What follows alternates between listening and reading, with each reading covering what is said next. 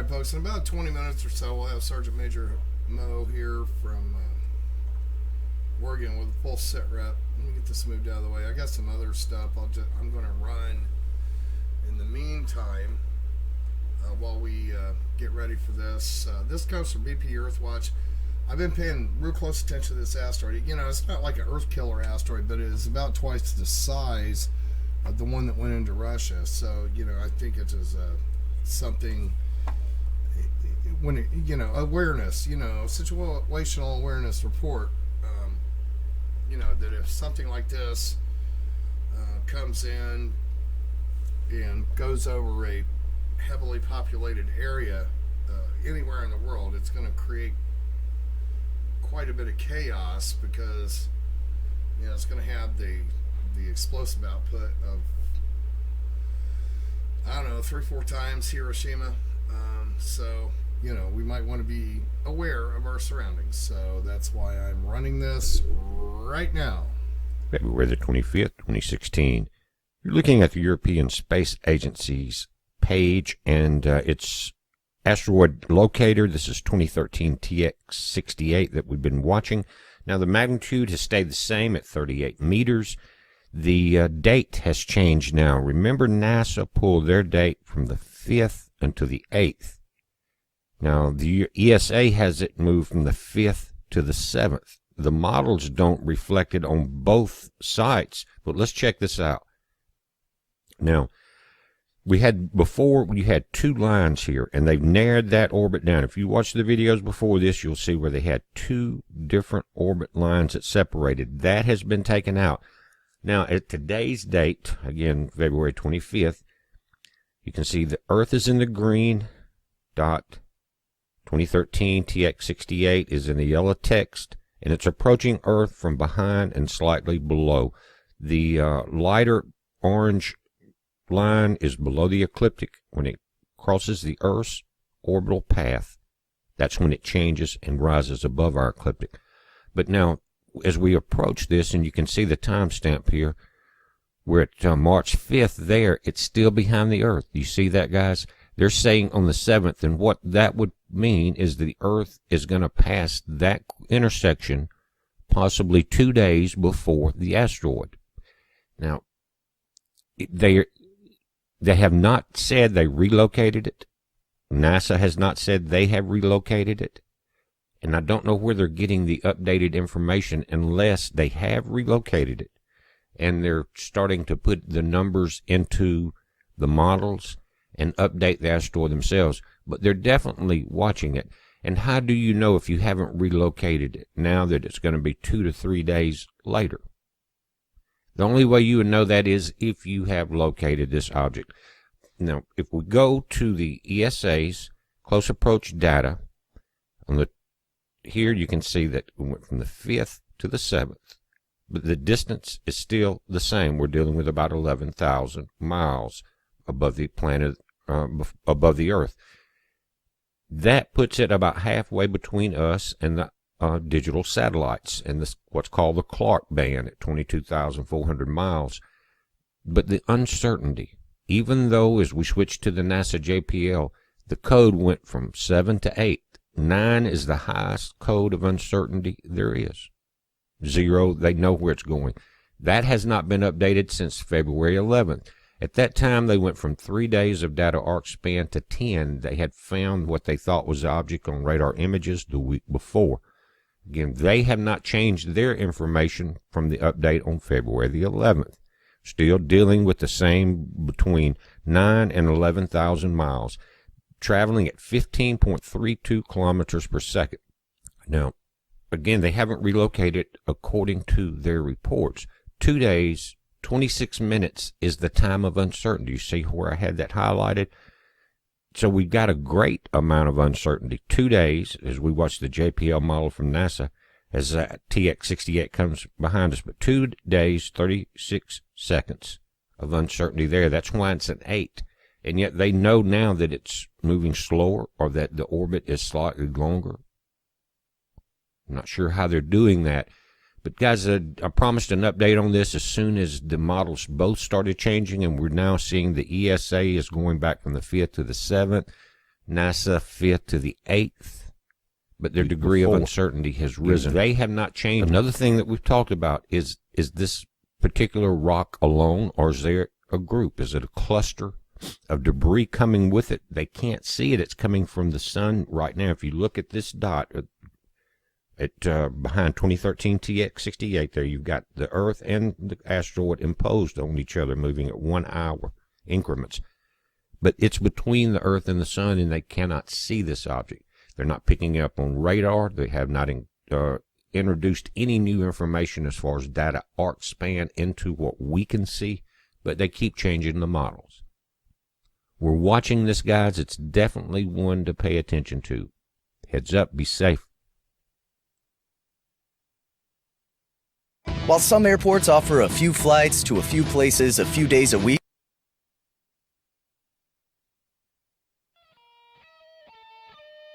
Alright, this comes from Chaos View, and I'm going to jump up just a tad here. Version of my last video on the subject. I have 3 other videos on the subject. One is the original archive, one is an extended version, and the other one is the expanded version. What this video has in addition to the expanded version is a couple of clips of the arrest scene and some additional footage of what I believe is a trip to the hospital for Ryan Bundy. Also, you will notice a random trip to the gas station. What this video has in addition to the extended version is a photo from Live Leak as well as more HD footage from the ground. Please note, I am finding all the HD footage from ABC News and ABC local affiliates. It seems every single local affiliate I find has a couple of new scenes. This should tell everyone that ABC News network was embedded with the FBI and law enforcement. Why would I say such a thing? Because they clearly have all the footage and have cut it all up and fed it to the affiliates. In addition to the below, you will see another car behind the roadblock who was an eyewitness and took a snapshot. You will also see HD footage of heavily armed men. I searched until I found all the video that seems to be available.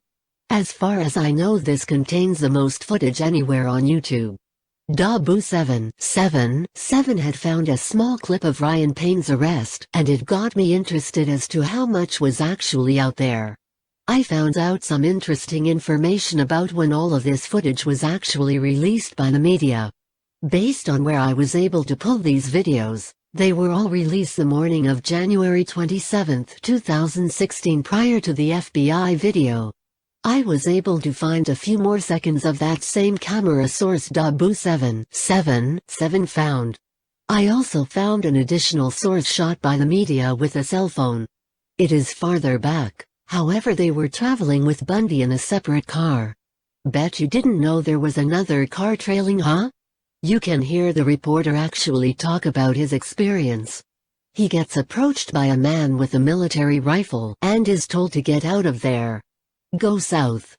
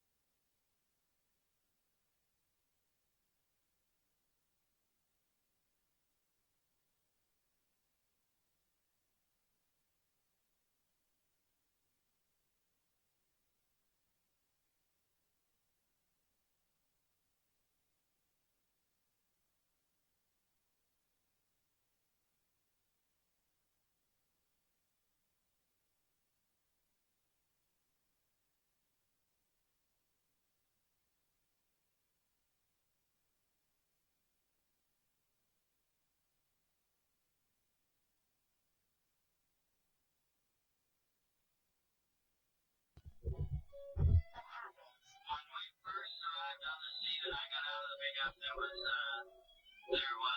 lot of smoke coming off of the Bundy vehicle, and the FBI was hollering at them. There was lots of shots being fired. There was lots of shooting going on, but I didn't see anybody get shot.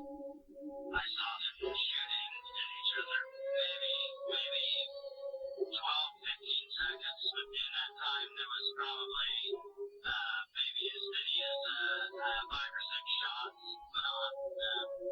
And I really couldn't tell who was shooting during most of the shooting. I did see some shots hit the pickup.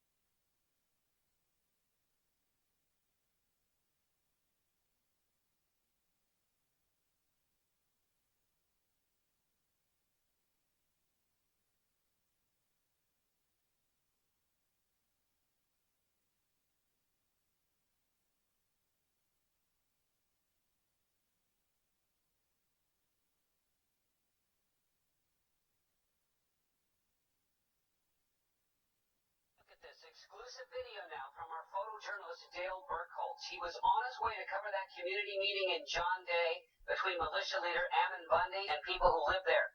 And Dale described to me what happened. There were at least 3 or 4 federal cars. It looked like federal agents. They were behind the cars, guns drawn, and it looked like, I couldn't tell, it looked like whatever it was over. It just happened. And so I pulled over and took some video with my cell phone because I knew they'd be nervous when I got out, obviously. The situation was still developing. And just got some video with that. And then as I did that, a car pulled up behind me, and he wasn't in any hurry. But then I saw him get out with a military style rifle, and he came up, knocked on the window, and very abruptly told me to turn around, head south, which I immediately did.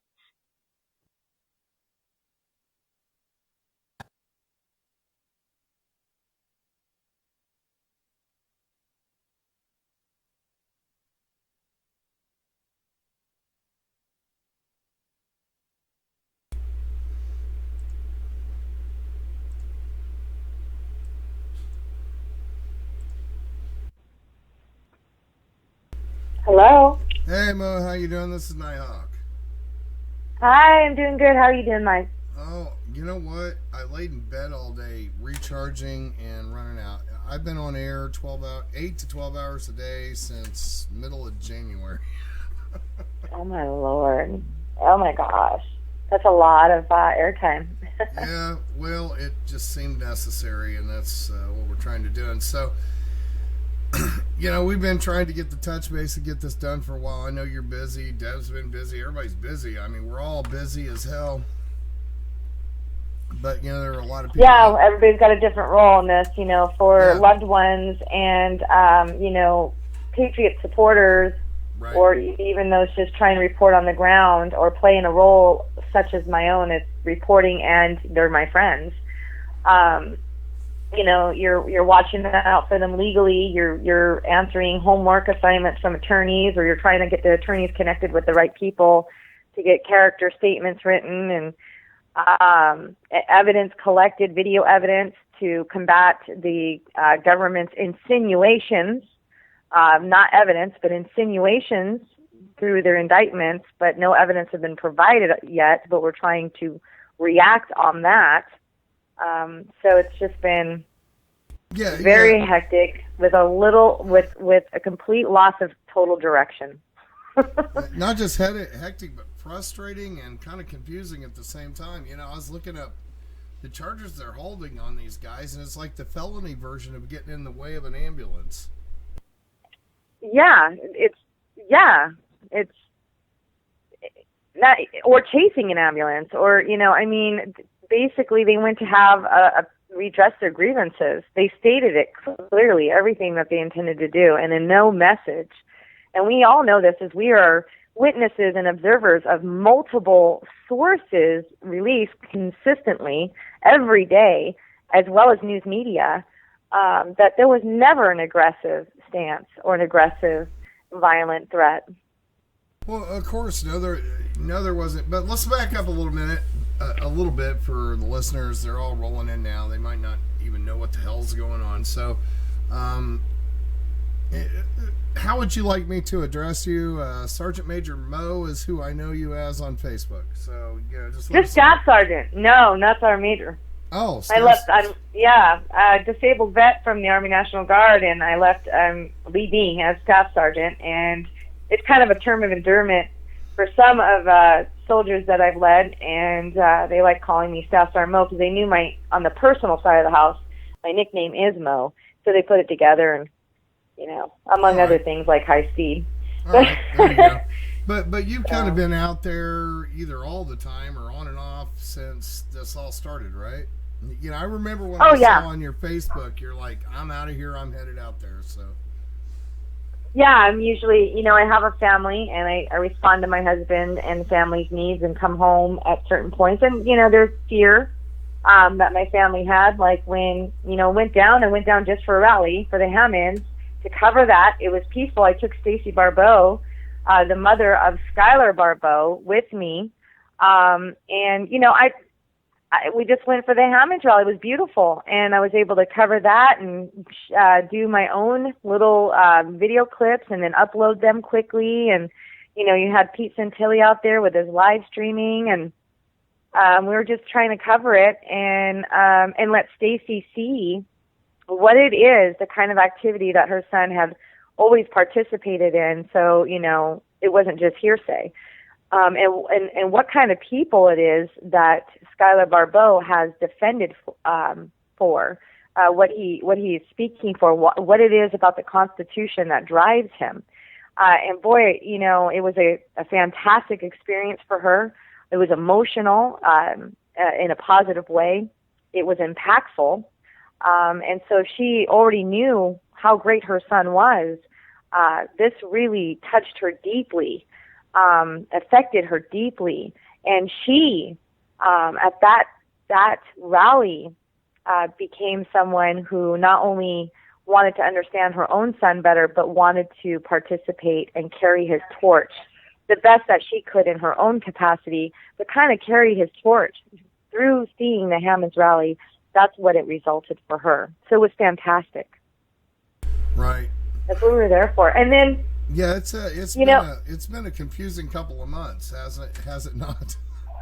Yes, it has. I guess where the chaos for me ensued, everything that I stood for or reported on and requested support for before was simple compared to now. I found, us in the memorial building where everybody planned to meet.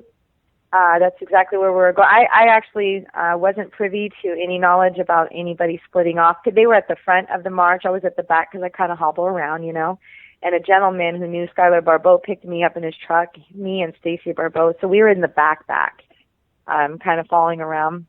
I still got to meet the Hammonds, but then I reached, I made my handshake and my hugs quick for others to do so, and retreated back to the vehicle. And I think it was at that point that other decisions were being made, or invites, I should say, were being had. And, the rest is history. I made my way back to the memorial building without any knowledge. And it was at the memorial building that it was actually announced by a local, who's one of our greatest supporters now. And I was, at the time, he was angry. He said, "When are you guys going to talk about the elephant in the room? We have people down at the wildlife refuge." First time I ever heard the words, didn't even know that was in town or anywhere around town. And he's saying, taking it over and having a standoff with the feds right now. So part of what he was saying was true, but not all of it. The rumor was that the feds were out there. They were actually standing off with the feds or some form of law enforcement, and there were barricades and road blockades. And I just thought to myself, Skylar Barbeau is going to get out of prison and effing kill me for bringing his mother. I'm like sitting there like, this is really happening. Oh yeah, I started sending people out there about I had somebody in there 2 days in, but we got a lot of trouble from the FBI, and I sent somebody else a little more vanilla, and we managed to get in there and get stuff covered and stuff like that. Can you hear me okay? Everybody's saying I'm too quiet. Can you hear me okay? I can hear you really good. I'm sorry for my dogs, though. I apologize. Oh, that's fine. Stop. My cats might just start yowling at any moment around here. They only misbehave when they go live. So anyway, it's like we went through this. Of course, anybody that's listening or paying attention already knows the history. We went through this.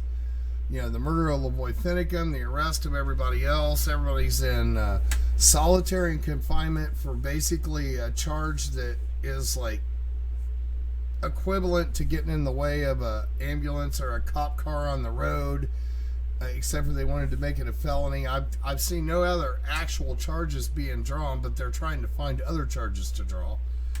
And it's interesting. Yeah, they're making up charges that I personally feel are unrelated to anything I've witnessed. Absolutely unrelated to anything I covered, anything I witnessed. The most that a lot of us speculated on the air even was civil disobedience. Is all they can really have out of that. Well, yeah, and that's perfectly legal, civil disobedience. Mm-hmm. I mean, you go back, my latest joke that's not a joke. Did you hear about the guys? Did you hear about all the peaceful protesters in Concord? Did you hear about all the peaceful protesters at the original Tea Party? Did you hear about all the peaceful protesters at Valley Forge? No, neither did I. No, not at all. Yeah, you never hear about that. And that's why some people do what I call revolutionary acts. And if you look that up online, you will find that they're legal under certain criteria and under the Constitution. When you have what we're seeing is some tyrannical entities within the government system and oppression of the people. And when it's time for the people to press back and they're not having their grievances addressed appropriately, even though they've filed them, they've stated them legally, they've utilized and exhausted all their resources to do so, which in this case, we know that to be true. And when that has occurred and they have been ignored, not even resolved unfavorably, some people say, well, just because they didn't get their way doesn't mean they were ignored. No, here's the thing. Here's a problem. They were left unresolved completely. And in any resolution, if they were resolved, even if it was unfavorably, at least the government responded, And in this case, there's no favorable resolution or unfavorable resolution. There was no debate. It never made it to Congress. Nobody cared. And now they have their attention. And now they're in prison. Yep. And so now let's get to the actual meat of this call. What the hell has been?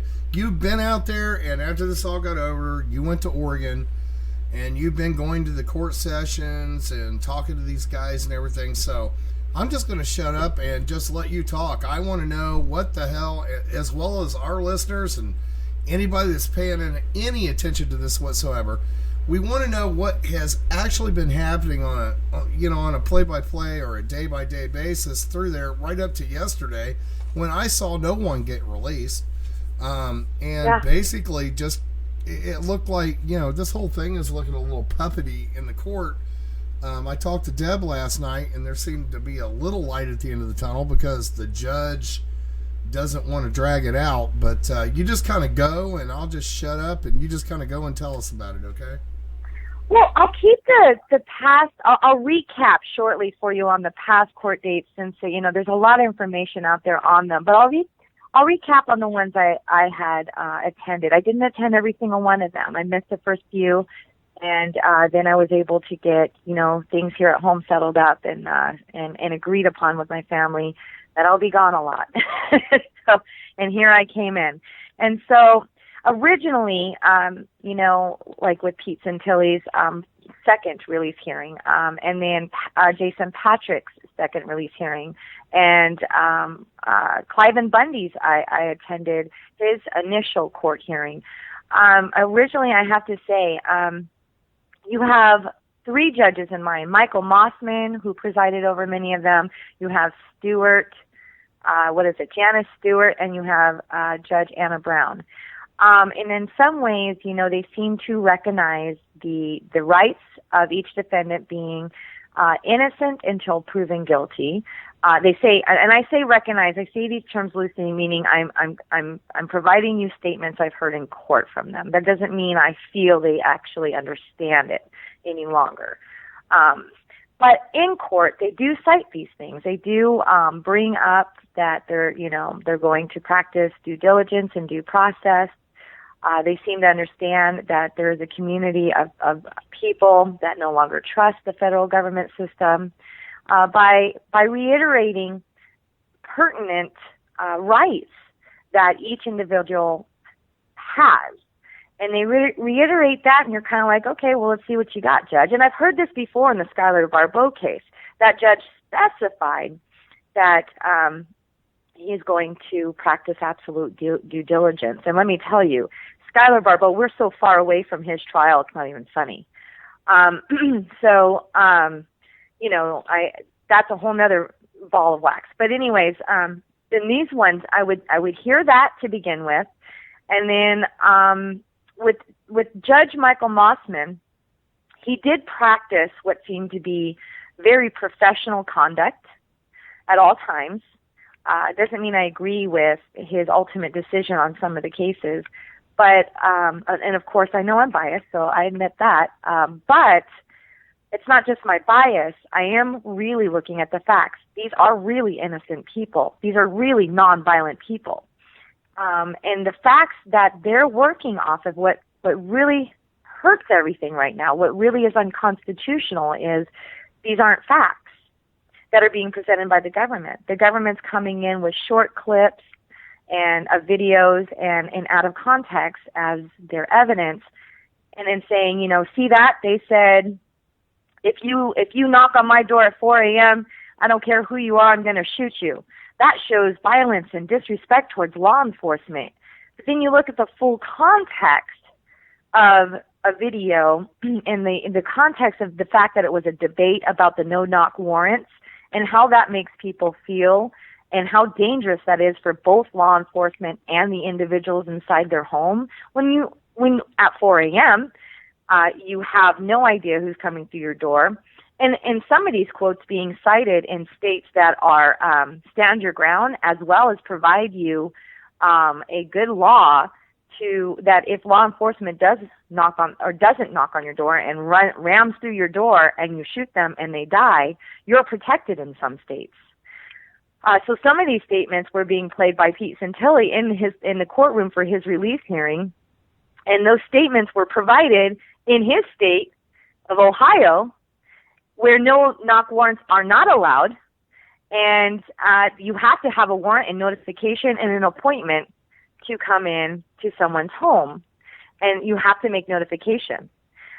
You can't just ram through their door. And also, furthermore, in that state, it is known that they have a law, and they allow, if an officer does not identify himself and puts himself in that position, and he is shot and killed in the line of duty, the homeowner had to stand your ground, and the fact that he's an officer will be protected by the law if they did it in self-defense only, of course.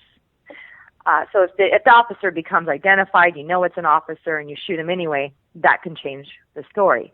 But that's not what Pete. Pete was talking about no-knock warrants. Do I still have you, by the way? It's so quiet. Yeah, I'm still here. I just want. Okay, good. I just wanted to let you talk. That's what I said. Yeah. I'm just going to shut up and let you talk. That was just so quiet. I'm so sorry. Anyway, so that's one example of where the defense went against the government, and then they showed the full gamut, the full video, and when you watch that in full context, you know he said nothing criminal. You know he didn't just say that he would criminally intend to harm law enforcement. You can see that very clearly. And then during the final statements, which, by the way, the defense did a magnificent job, and that's Tom Cohan. And this is one example I'm providing you of many, but Tom Cohan did a magnificent job. He couldn't have done it any better. So this just isn't about my bias, about my friend, but he really presented an absolutely solid case, solid defense, and government did not. It was hearsay at best. It was assumption and presuming. It wasn't even,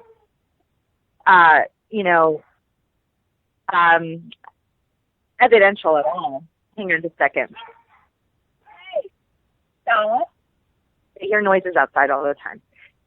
So anyways, it wasn't circumstantial evidence, even at best. Not even that. It was assumptions, perceptions. And based off assumptions and perception, the judge, Michael Mossman, very professional conduct, still decided that statements like that concern him. A lot of the statements the government provided bared no weight. He went through a list of at least a dozen, most of them bearing no weight whatsoever. And that's cool. But a couple of statements concerned him that he would not respect the lives or be compliant, specifically, by the way, towards federal law enforcement. And that is where I no longer understood Judge Michael Mossman, because federal law enforcement was involved in Pete Santilli's arrest, and he complied completely. So his actions speak clearly.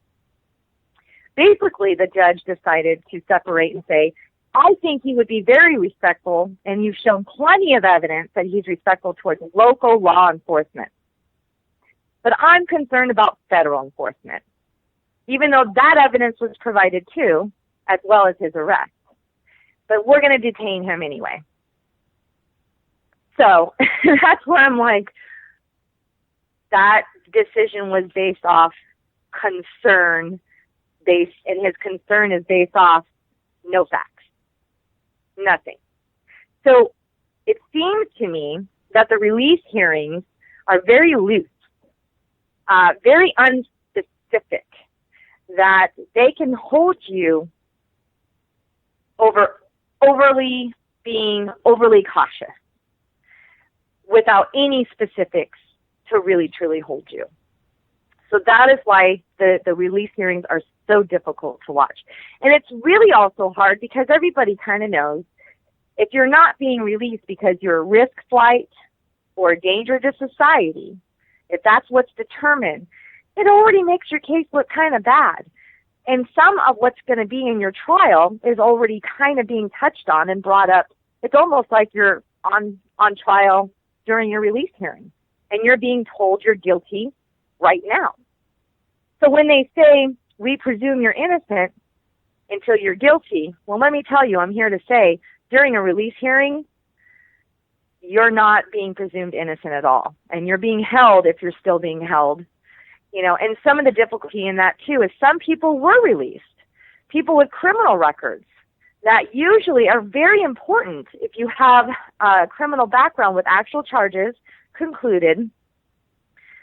You've done your time even, maybe in some cases, or you've had warrants and you've avoided it.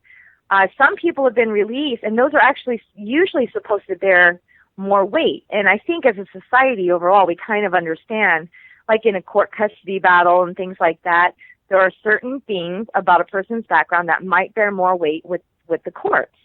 Well, some people, and this is where it's been very inconsistent during the release hearing, some people have a criminal background, have violent charges from their past, and they're released. But boy, they don't want to hear from Pete Santilli anymore, so they're holding on to him.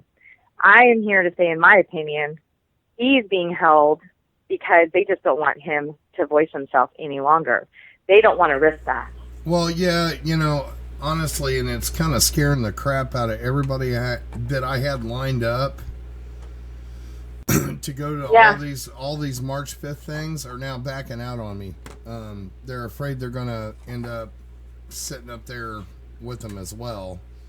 And, you know, it was very clearly done as a punch in the face. And as we have seen, not to go completely off topic, we have seen, you know, most of these guys were Mormons, you know, LDS, and we have been looking at, for the last few days, some retribution going on against the Mormons. I don't know if it's related or not, but it seems a little bit, you know, being in my conspiratorial mind, it seems a little bit interesting that, you know, they go in and arrest a bunch of Mormons, some of them in the same area. 50 miles away from Clive and Bundy, Yeah. or I'm sorry, from the Jeanette Finicum Ranch. Yeah, exactly. And it wasn't that they arrested him on something they actually did. All the charges were conspiracy to do something. Right. Yeah, we're seeing a lot of that throughout the nation right now. Yeah. It's all about conspiracy. And here's the sad thing. I look at that as a projection. The government, the federal government specifically, when throwing out these conspiratorial charges, it feels to me like the real conspiracy that's happening is against we the people. It's beginning to show me a pattern that there is a conspiracy, as a matter of fact, a planning and a coup, of so to speak, against we the people, if not possibly racketeering. It looks really bad. And no, it isn't stopping at one group, but there is a prejudice of any group that, and a lot of times because the Constitution has a lot of biblical principles, a lot of people from religious backgrounds, Christians, Mormons, and other religious entities that believe in a higher power or God himself believe in those principles because they're kind of a foundation from their own background, their own biblical or religious background and upbringing. So not just kind of, I mean, bottom line is the founding fathers based their laws off of God righteously and ethically and morally and put God above all. So, I mean, that's not a secret. But you know, the actual, you know, what's going on has nothing to do with religion, in my opinion. It has to do with our rights as American citizens. As American citizens. And I went the long way. What I'm saying is it has to do with American citizens, but a lot of people that value the Constitution have some sort of religious background, and that's where where we're now seeing what I say is prejudice, and we're seeing a pattern of those persons like the Mormons or large Patriot groups, you know, where it seems like there's somebody with a background. We're seeing a lot of prejudices forming against Christians throughout this nation. We just spent the last couple of years immersed in Christianity attacks because, you know, you have your gay rights activists standing up and doing their thing for their rights, and that's their First Amendment. But you had a lot of verbal, disgusting attacks thrown at anybody that said, well, you know, you can do what you want to do, but I can't participate in that and bake a cake because I'm a Christian. I just can't condone it. But there's a bakery down the way. Have your wedding, have fun. Good luck to you. And then we went through years of attacks over that, the Christians. So, I mean, there's a lot of prejudices forming in this nation for various reasons. But let me tell you, it has nothing to do with anything. They're dividing us. There's race prejudices developing again, a deep divide again throughout all communities. And we're not seeing it. We're just not getting it. This is to weaken us. The divide is causing us to weaken as we the people. And you're right about it's not really having anything to do with religion, but there is a prejudice making it look like it has something to do with religion, therefore causing a deeper divide. Then the Mormons will start having they'll see themselves under attack, and they'll see the pattern, and they'll feel completely isolated, and they'll speak out against it. And when they speak out against it, massive amounts of people without any morality or ethics will crush them verbally and say horrible and horrendous things to them, just like they did with the Christians. I'm already beginning to see verbal attacks on the Mormon church now, just because they're being attacked and they haven't even really been speaking out. They're not even talking about their religion. No, Ammon Bundy did not speak about his religion. Yeah, the only time we heard it was when he asked that FBI guy was he LDS. Actually, the Mormons are, for the people that don't know, are the ultimate prepper group. There is a mountain somewhere in Utah that they have been digging a massive cave-in since like the 60s or something. But that isn't our, that's not the focus of the show. What we want to know is what the hell's going on with the guys in the prison. Yeah, let's get back to that. Yeah, so let's just get back to that and get off. Yeah, of the yesterday's side road. court date is very serious. It was unprecedented. I've never seen anything like it. Now, it's supposed to be an arraignment hearing. However, because this situation is so unprecedented, they went over other issues and concerns about doing this in a timely fashion, as each one of them have opted for a speedy trial. Now, under the Speedy Trial Act, and I should begin, and the judge pointed this out to everybody so everybody understood their rights and understood what was going on and how we're going to solve efficiency problems. There are some huge problems right now in communication between government prosecutors and defense attorneys. There's a lot of unresolved issues right now, which is going to cause people to be filing motions wildly. And the judge is basically pressing each side to do better at confirming things, or at least working on their solutions prior to a motion. And then if it cannot be resolved, then file the motion, and we'll talk about their problems. Yesterday, everybody wanted to start bringing out their problems, starting with the defense. No, and of course that's their right, but what the judge wanted to use this hearing for is to establish some guidelines to allow this to be more of a joint effort.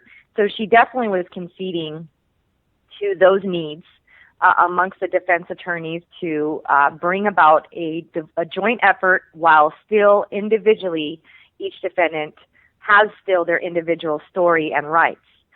And then also she utilizes time to pretty much put a boot up their asses on the government side, pressing them, it's time to show what you have now. Why are we here? And so, because basically, we've all seen the indictments, but no one, to include any defense attorney, has any discovery. The government has not put out a discovery with evidence on their charges for terrorism. Well, let's talk about what they did say. They said they're indicting them all with count 1 for impeding on Code Section 3772 to conspire with overt acts. Overt acts, they listed them for from A through G. A being they went to travel, 2 known members went to travel to see Sheriff Ward and tell him and their redress of grievances are not heard or allowed, that there will be extreme civil duress. B, they're being accused of conspiring with firearms. C, they're being accused of brandishing and carrying firearms in order to prevent officials to perform their official duties. All right. D, well, hey, hold on a minute. Are we not allowed to carry firearms? I just wanted to say that. Yeah, no, please do. I understand. Yeah, that's bullshit. Just let you know what the government's accusing them of. Yeah. Yeah. And then D, not allowed federal employees to come to work. Not true.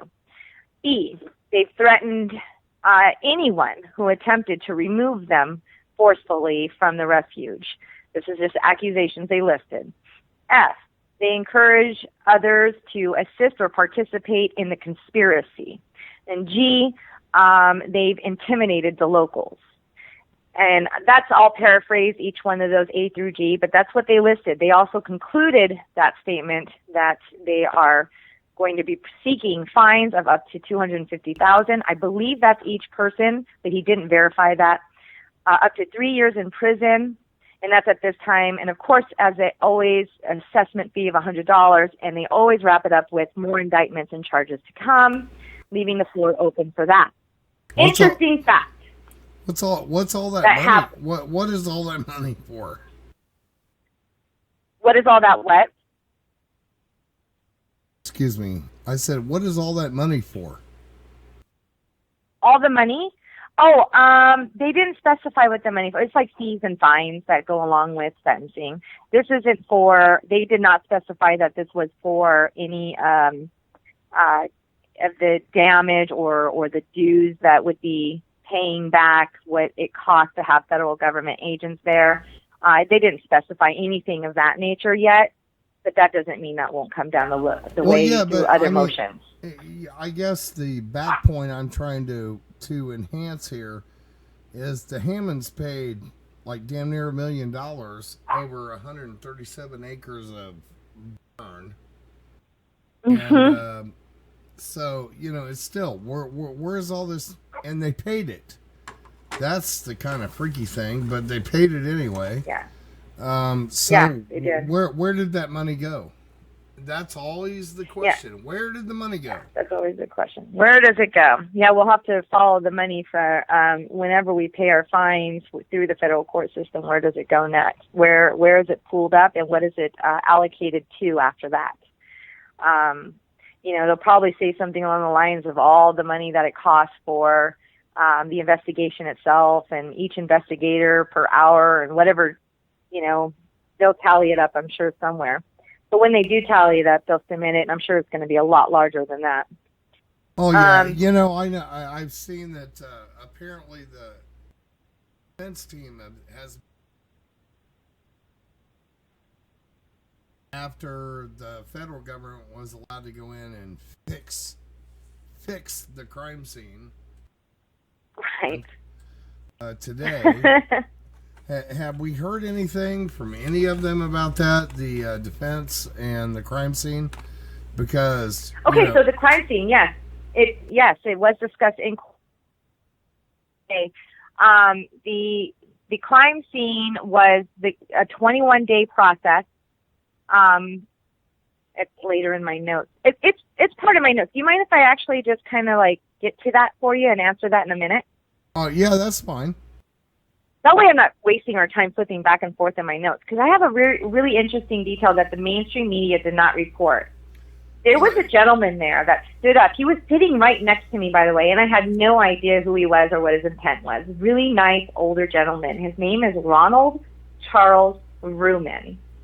And he stood up, and I couldn't get his full title, but he's going to connect with me later, and we're going to get some more information about him. I found him to be very interesting. Very cool. And he stood right up. Say again? Said, well, hell yeah, cool. Yes. Well, as soon as the federal government was done with listing its charges or accusations, the judge had, annotated that and made note. And then there was a brief pause, and Ronald, next to me on my right side, stood right up and said, "Your Honor, may I address the court at this time?" He gave his title, by the way. His title, he is an investigator, I believe, for the common law courts. And for his investigative purposes, for common law, which is still in force and in effect, I'm paraphrasing right now, I have the right to participate and observe these proceedings here in this courtroom. And she said, "At this time, sir, not right now. Let us get on. Right now, I have a subject matter specific that I need to deal with right now. I'd like to hear from you maybe later. Please sit down." And she was polite, so he sat back down. I'm going to come back to him.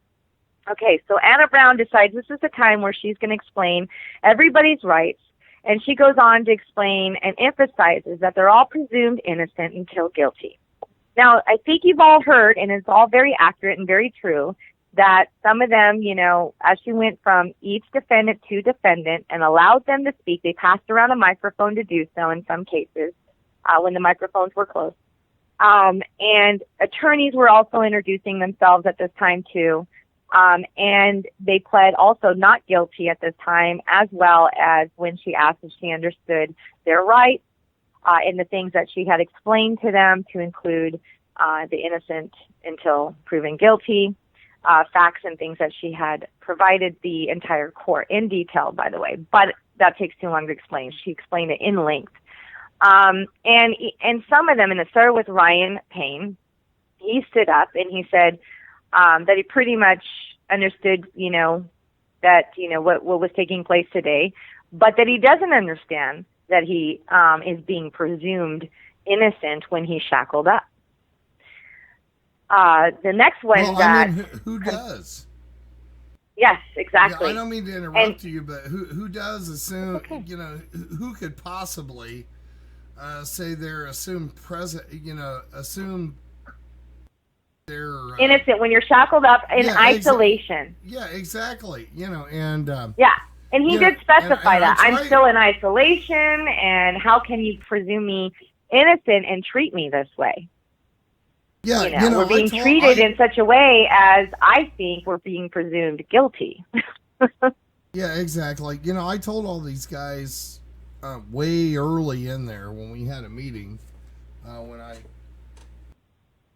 on, excuse me. Anyway, we had a meeting that, and although my station got took down and everything got took down, when I was trying to tell these guys that. Oregon has no bail or bond system whatsoever. It's the only state in the union that does not. It's probably not a good idea to be where you are. And when I was trying to do that, it seemed like, the whole station got took down. The live stream got took down. The guy I had there doing the interview, when we had Lavoy and Eamon and Ryan, everybody was in the room when we were trying to have that discussion. And somebody called in and told all those guys that we were, or that they were being attacked by the FBI, and just the whole thing fell apart before I could even say a word. And they all started moving heavy equipment out to the front. Of course, it all turned out to be BS.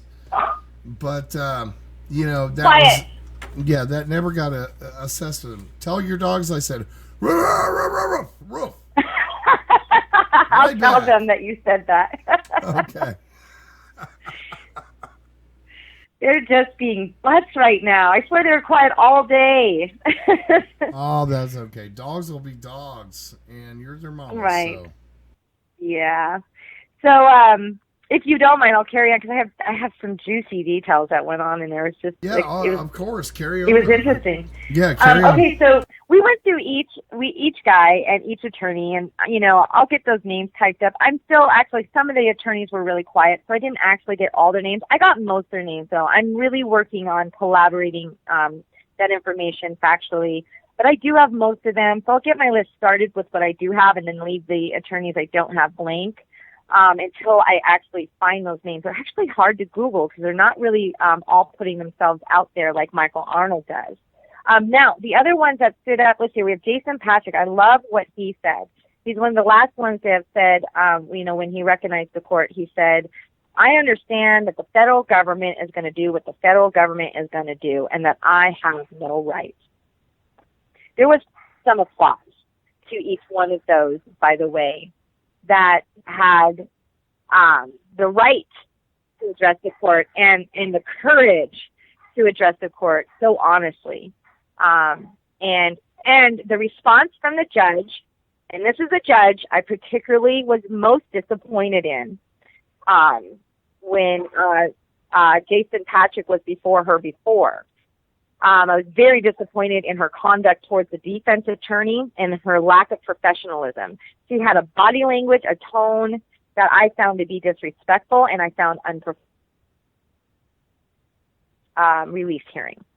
So, I have to say, I don't know if it's because, I reported it, because I know mainstream media didn't report it. I don't know if it's because we filed complaints. I don't know why, but her demeanor in court was what one should expect. It was much better. So there's a little hope that are witnessing this, as well as having representatives that may come and go and witness this, which I encourage them. If they're listening, I say this every time I speak, I encourage you to go stand in there and just witness it. I don't care what side of the aisle you're on. I don't care what your politics are. I encourage you to witness it and hold this system that we all know, overall, most Americans know that the federal court system is broken and has been abusive. So please, let's make sure they cannot be abusive and that due diligence is done, and those that have any authority come sit and observe with me. Please. I would rather them behave well and constitutionally than them to be in error and more drama. I would like we the people to join together, and that's how you put your government back in their box and how you tell them to behave right. You tell them to behave right because, first of all, you take the effort and you witness it so that you know when they are wrong, and then you can tell the world. That's how we got to do this. So, sorry, well, yeah, definitely. You know, I agree with that 100%, and we have to continue to try to do that, and it's going to take a whole lot of alternative media to swallow their pride and start working together. Otherwise, you know, it's like there are moments over the last few weeks I feel like, well, you know, the battle's lost, but the war ain't lost. And then I run into moments myself when I go, well, crap, everybody's scared away. So is the war lost? Because But don't be. I'm there. And look, everybody knows I'm still... Look at me. I'm really risking a lot. I'm still a National Guard soldier, but I still speak in regards to this, and I'm speaking about an entity of which I've worked for all these years. I speak carefully about the specifics because, of course, if I blanket the government and accuse the entire government of all these wrongdoings, then I would definitely be in the wrong per regulation. But I am doing this. There's nothing to be in fear of. And if they do arrest me, please get a little bit more pissed off again. I mean, because it's wrong that it's okay that we hold them accountable appropriately and that we take witness and observe. If we keep quarterbacking everything and we haven't even been there on the ground, then you just shouldn't be talking. You try. I know that everybody has their valuable resources and their secret best friends that just know everything in the whole wide world, and Google research is just forensic science of today. I get it.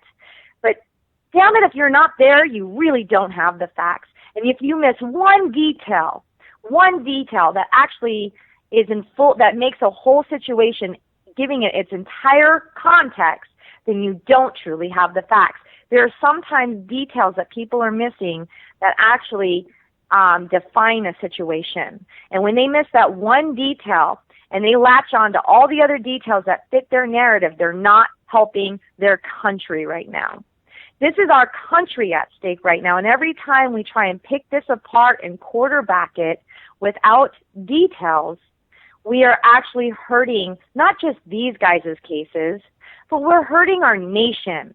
Right now, we all are on one page about what we need to do and come together, but I'm not seeing us all actioning it. And media, alternative media, I'm not even alternative media. I don't get that title. I am just a citizen journalist by choice, and I work off gifts. That's all I got for you guys. I have no education, none. I've never pretended. I have no credentials. You don't need any in the state of Oregon, by the way, but I have no credentials. And you know what? I'm doing it anyway, and I'm not scared. And I am fully aware that I'm being monitored because they hate my voice. I'm fully aware that the National Guard is watching to see if I go outside the guidelines of the regulations set before me that I did take and agree to. I am fully aware of that kind of danger, but you know what? I do this anyways because it's that damn important. And if I try to quarterback from Washington State even, and I never go on the ground and witness these things, then I would never have known how terrible the court was behaving before, and nobody else was talking about it. None of you would know about it. None of you would know that. And now the court, it doesn't mean it won't change. It doesn't mean this won't be a roller coaster, but I'm going to hope that they realize we're watching and that we will be reporting it, even if mainstream doesn't. And if I'm taken away, someone else will come in my place. That's the game plan for me. If they take me away, I expect someone else to do this job and go to that courtroom, sit down, take your notes, go on live stream independent media like yourself, or write about it on your Facebook, and steal my audience and everybody else's audience's attention to tell the truth, because they want the truth. The only reason why people are paying attention to me right now at all is because I'm doing this. I didn't have this audience before. And they're so hungry for the absolute truth because they know the mainstream media is not telling it. But how can our alternative news tell the truth unless they don't come too? Now, yes, some of you are willing to have me on your show and listen to that truth, but not all alternative media is doing that. A lot of them are quarterbacking and talking and not talking to people like me on the ground. They're not talking to anybody on the ground. That's wrong. That needs to stop.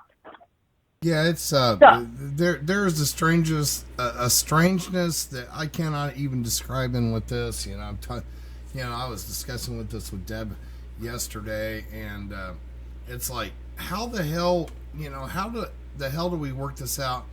Oh, and by the way, everybody in the chat room says I keep interrupting you. Do you feel that way?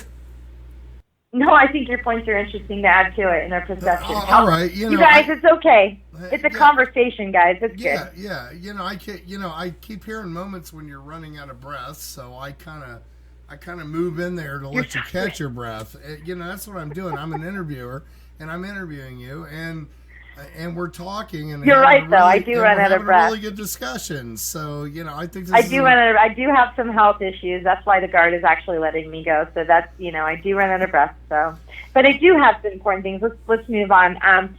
The judge wants to set another time. Let me look at this note really quick. Standby wishes to address motions, release hearings, enter a plea, you're not guilty, to preserve their rights. Okay, so this is on Ken Maddox. He's there to represent himself, although he has some counsel, okay? The counsel will help him file motions, very minimal work, but he wants to represent himself. And he has decided he did not want to enter a guilty or not guilty plea yet, so the judge, to preserve his rights, she entered it in for him. She said, for now, because it will preserve most of your rights, I'm going to enter in a not guilty plea just for that purpose right now. We can change that later and address your motions later. He had a motion prepared, but he needs to file it is what he needs to do. So she told him what he'll need to do and that she'll be able to review that as an individual case. So Kenneth Maddox is doing his own thing. His current counsel is Matt Schindler. So we'll see where that goes. I'm going to try and keep my eye on that because he's kind of one that falls in the cracks. He's the guy, if nobody remembers, or some people don't remember, he is the guy that decided to take one of the vehicles off the refuge, a wildlife reserve vehicle truck, off the refuge and go shopping for, things that they needed, and was arrested. And another person was there. The name's never been released. I've never heard what it was, never can uncover it. That person was not arrested because there were two vehicles, actually, that were taken off the refuge. The other person probably, I'm just going to assume, saw Kenneth getting arrested and took off and, made his or her way back or something. I don't really know. So anyway, that's who Kenneth Maddox is. And here's the thing. There's been more arrests, by the way. We have other people that people know very little of, and I'm getting links here and there to help their defense funds. We've got Jeff Stanton in there. We've got, Blaine Cooper's in there. You got Wesley Kajar. You got Eric Flores Lee. You got a Jeff. Oh, how do you pronounce his last name? It's like Sam, like Salisbury, Jeff Salisbury, something like that. I'm going to get it corrected, and I'll have that on my list. He's a new one, sort of kind of new. Jason Blomgren. I think most people know about Jason Blomgren, and a Travis Cox and a Neil Walker, all added. Now, a lot of those attorneys were not part of yesterday's hearing, but they were there to observe because they haven't even gone through their release hearings yet. So there's a lot of people that have not even had a release hearing yet, but their attorneys have been invited by the court to continue to observe. And then when they all get caught up, they will be part of the joint effort in motions and discoveries that are going to be filed for the most part. So here's what's different. Now they just started discussing more about how can we make this efficient for a speedy trial, because everybody wants a speedy trial. And basically what they were doing in there yesterday was kind of going back and forth with ideas of how they can make this more efficient as they move forward. And some of those ideas, they came up with some ideas and solutions where they appointed a council member, a Melissa Horvath, who would be collecting a lot of the documentation, motions, and discoveries from both the government and also creating a poll that would then go out to the attorneys when a discovery or motion is required and how as they would like to file it best. So there will be, motion 1, motion 2, motion 3, and every defendant will take a look at each one of those motions and see how it pertains to them and agree or disagree to be part of that joint effort. Now, if they have a very valid reason as to why that does not pertain to them, they may file separately in some cases. So they still retain their right to carry on as an individual entity, but they also now have an additional, for efficiency purposes, availability to them to join on joint motions, which actually makes for a very stronger case, especially. But there's just some situations that may cause them to need to explain something separately, and the judge recognizes that and conceded to that. And so did the government. They conceded to it too. So that's going to be a very strange process that we've never seen that I know of in American history. But it's keeping the speedy trial conducive. So that's where we're going with that. The gal, Melissa Horvath, she comes from the Federal Defense Attorney's Office's CJ, where's that initial? I wrote it down. CJA, Federal Defense Counsel. And she'll be the one helping coordinate all those resources that I just discussed with you. And then the primary attorneys to contact, one will be, I think, either Knight or one of his co-counsels, and that's from the prosecution side, by the way. And then Michael Arman's offices will be the other primary contact for filtering, these things. And this is going to reduce redundancy and things like that. So it's going to, I think it's actually a really good idea. And I think the guys think so too. So they look pretty satisfied about it. Let's see here. Now, a lot of the things that were being discussed in court from the defense were motions to establish filing notices against the government and declarations that were made out of assumption and in error. So they're going to be filing some motions that are kind of a counter complaint, so to speak. And I think some of that's going to be revisiting some of the hearings, the release hearings, and how some of those declarations that were made by a judge out of assumption were had in error, and they want to visit that. So that was brought up in court and noted, and the motion has been filed. And this is a joint effort. Now, a lot of the things I'm going to discuss with you as far as what's being filed, that was brought up in court and now is being filed, are definitely joint, except for maybe Kenneth. I'm not positive if he's not jumping in on that. He has the right to, though. I'm just not sure. His matter seems, they have another process they have to figure out with him since he's decided to represent himself. Now, the judge is going to do a hearing where she explains to him how that works out. She's going to give him a separate hearing and explain that to him. I don't know the date yet. I'll try and keep my eye on it so I can witness it for y'all. The judge is requiring all matters to be conferred between government and all defense attorneys be thoroughly and specifically conferred with before bringing unresolved matters and filing motions to her. She put her foot down on that. That's pretty good, actually. Meaning that if the government is being conferred with and doesn't show resolution or an attempt to resolve, and then a motion is filed, it's at their own peril that they decide to do that. And it's something I think has been going on in the background. I know the defense attorneys are trying to get the evidence and the information as soon as possible. Of course they are, because they want to prepare their case against it. But they're not getting that information. At one point, finally, the judge asked the courtroom, defense attorneys specifically, have any of you received any discovery from the prosecution yet? Any evidence? Anything been provided to any of you yet? And it was a resounding no. A resounding no. So. Well, I mean, okay. She went on. Go ahead. Sorry. Yeah, let's back up a little bit. You know, I'm getting some grief, some stuff. But you know, I mean, the guy that took a vehicle out of the refuge and went in and went shopping, he kind of put his fate in his own hands, right?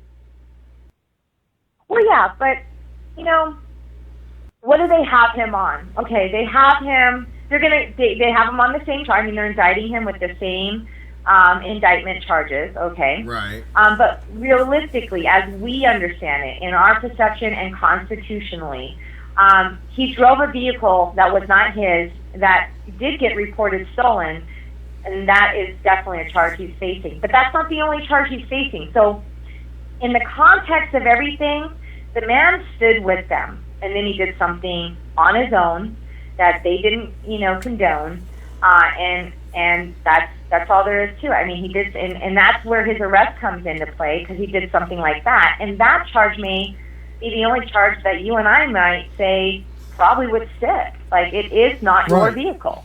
Yeah. It's not in your name. It's not in your name. Is he a bad man for it? No. Did he stand for redress of grievances? You know, that's what I was saying. That's what I was saying. Yeah, he did a great thing still. It was a stupid move, but, you know, there's not much we can do about it at this point. But wait, you know, I would say... honestly, you know, here's my point. Here's been my point all this whole time. All right, we have seen Baltimore, Ferguson. Let's just do Ferguson. I'm not even going to go to Baltimore. Let's just do Ferguson. All right, so basically, a bunch of people burned down a goddamn city. Excuse my language. Burned down a city, and we see nothing like what we have seen now. No, you're right. You're right. You're absolutely right. Yeah, in Oregon. And I would also say a lot of the evidence provided to the defense at this time, and some of it's been shown, and not giving away, I don't know all their strategy. I don't want to know all their strategy, but one of the strategies that are already coming out in court during the release hearings is, hey, you know, here's some cases that set the precedence here. These are also acts of civil disobedience, and in some cases, true aggression and violence occurred, and true crimes occurred. That's what the charges that are being indicted right now look like in real time or real video. That's what it looks like. But when you have someone saying, come join us and support the cause and bring, you know, flowers or weapons, I don't care. Well, that's not violent. All right, hold on. Yeah, that's cool. Anyway, Mo, I wasn't quite finished, but what I was trying to say is we got to look at Ferguson last year, in which you get a lot of people with this peaceful protest, burning down a city, looting everything in sight and everything. And those people all got a pass, but a bunch of guys run up. And not only did they get a pass, they got a congratulations message from the President of the United States. Exactly. Good job, protesters. Good job, he said. Hold on, Mo. Hold on a second. Sorry. So we get a bunch of guys go up and they start cleaning up a mess. In Oregon, they start cleaning up a refuge and cleaning a big mess up. And, you know, because I have a video of those people sweeping and cleaning and putting that place back into operation as the Harney County Resource Center. And yet that's why LaVoy Finicum, a friend of mine, was shot dead, and the rest of them are all in solitary confinement. There is. That's a great contrast, by the way, and a very unjust and unfair action that's occurring right now. Very unjust, very unfair, very prejudiced. That's a word we're going to hear a lot of, I think. And the defense attorney brought up the concern that this mass evidence is being withheld and not shared in a timely manner, as well as they feel could be corrupted, and their concern is because it would be due to prejudice. So I have a feeling, and that's going to be a word utilized a lot. And the government has the burden of proof is on the government. Now the government will also have the burden of proof to prove their own innocence in their own conduct and whether they were acting out of retribution and prejudice or not. So yes, there is light at the end of the tunnel. I believe that this case will show the world that there are acts that were being conducted from certain federal entities and maybe hired contractors that we all see the unmarked individuals, and that's questionable right there alone. I think we're going to see a lot of evidence come out in this case against the government itself. So where the government is making accusations right now, and this is where it goes back to my personal opinion, I strongly personally feel that the government is simply projecting itself with deception. They're projecting themselves. And they're also making warnings. Mm-hmm. Oh, yeah, and they're trying to scare the rest of us. Yes. And we cannot walk in fear. Do not let that happen. Now, one of the most important things, too, that came out of this with the judge and everything, they're going to do on the first Wednesday of every month, except next Wednesday they can't do it because of something on the judge's book. So they're going to do it the following week, the second Wednesday for March. But after March, every Wednesday, first Wednesday of the month, there will be standing proceedings for conferences, starting no earlier than 09:30, meaning it could start at some other point in the day, but no earlier than 09:30 in the morning at the courthouse, federal courthouse in Oregon. So that's going to be, what that is going to be what they did yesterday. They're going to constantly do the checks and balances of how it's going, where it's going, is everybody communicating well, and maybe some of the trial issues will be brought up at those times as well. And maybe some very specific motions, individual motions, will be visited too. So then the government came back to the stage to speak. They let the judge know, because she asked if they had anything further on future indictments. That was questioned. Okay, so when the defense attorneys, and it was Michael Arnold's counsel, Casey, who was speaking most of the time, when she brought up their concerns for their prejudice, the judge had asked, where are, what are you anticipating in moving forward? Are you, in fact, anticipating more indictments? And so the government answered to that and said, yes, as a matter of fact, we are anticipating two superseding categories of indictments. And she asked them to explain themselves because she didn't understand what that meant.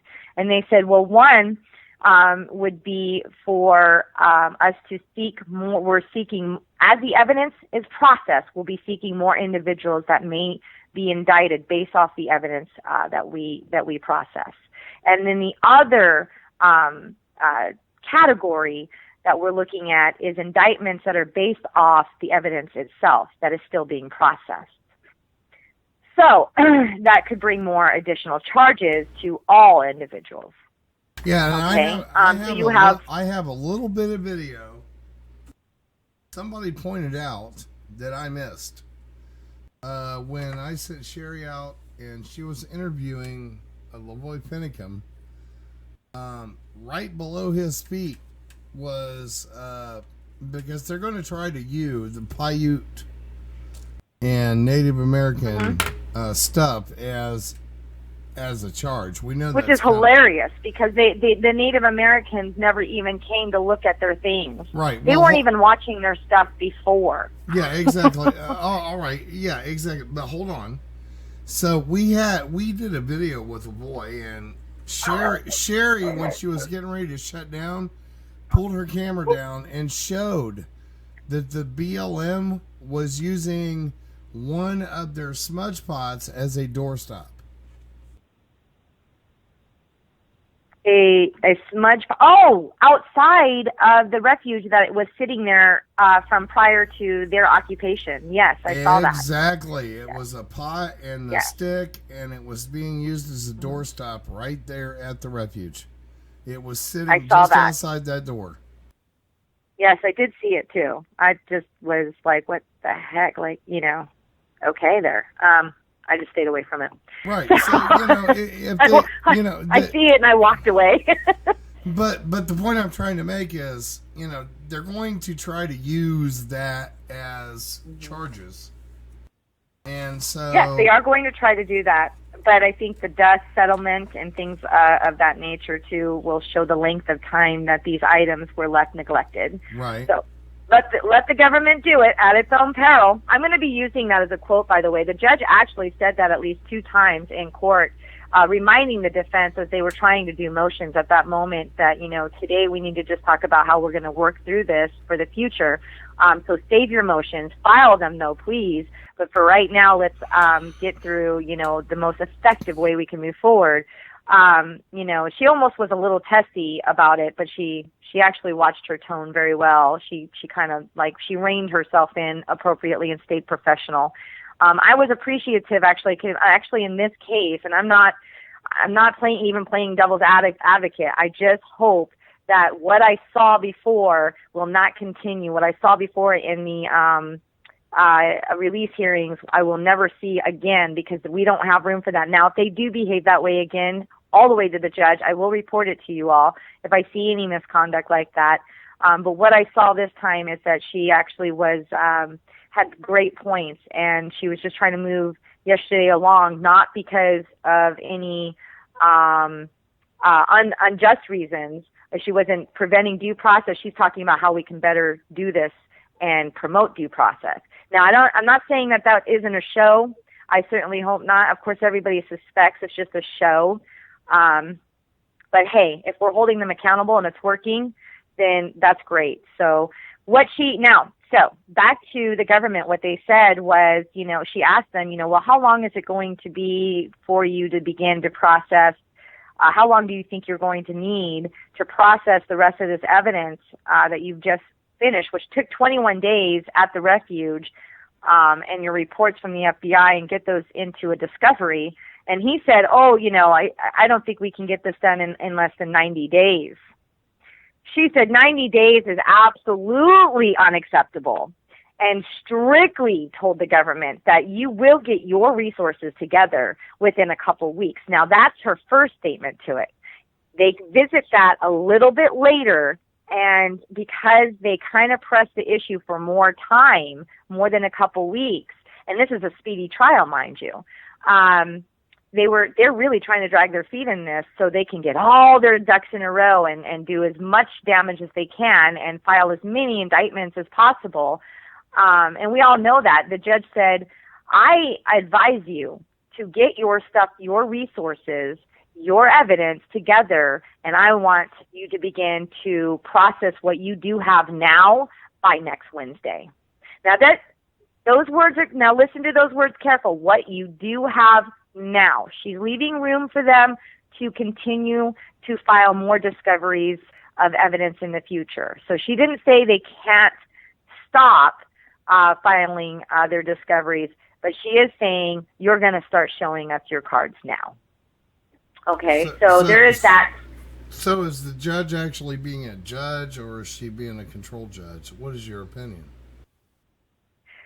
It's the same judge that I saw unconstitutional, I felt very unconstitutional decisions being made, and as a result of her conduct and her tone was very disrespectful and unprofessional towards the defense, specifically in Jason Patrick's case.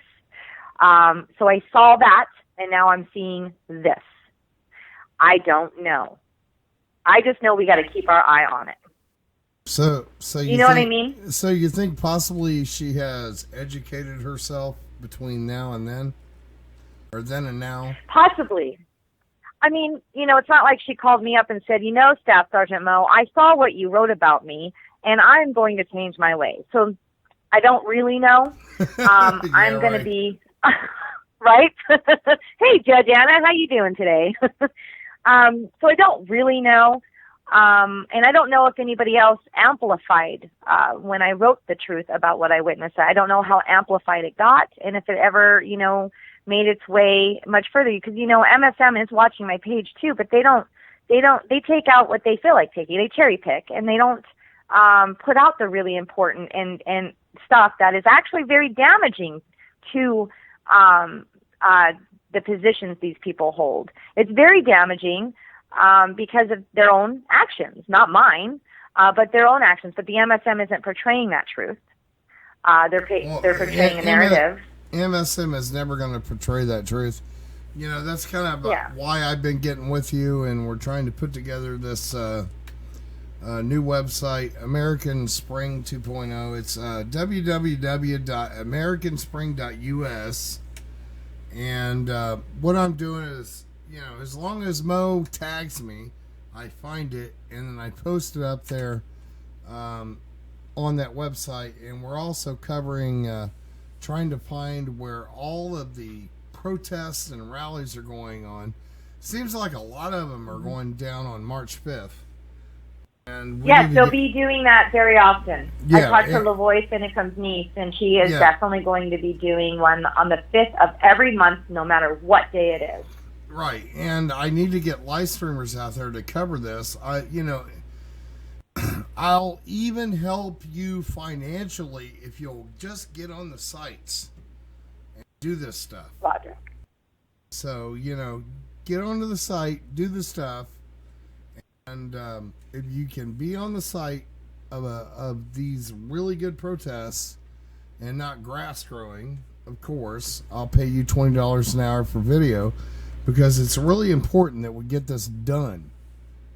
Done. So,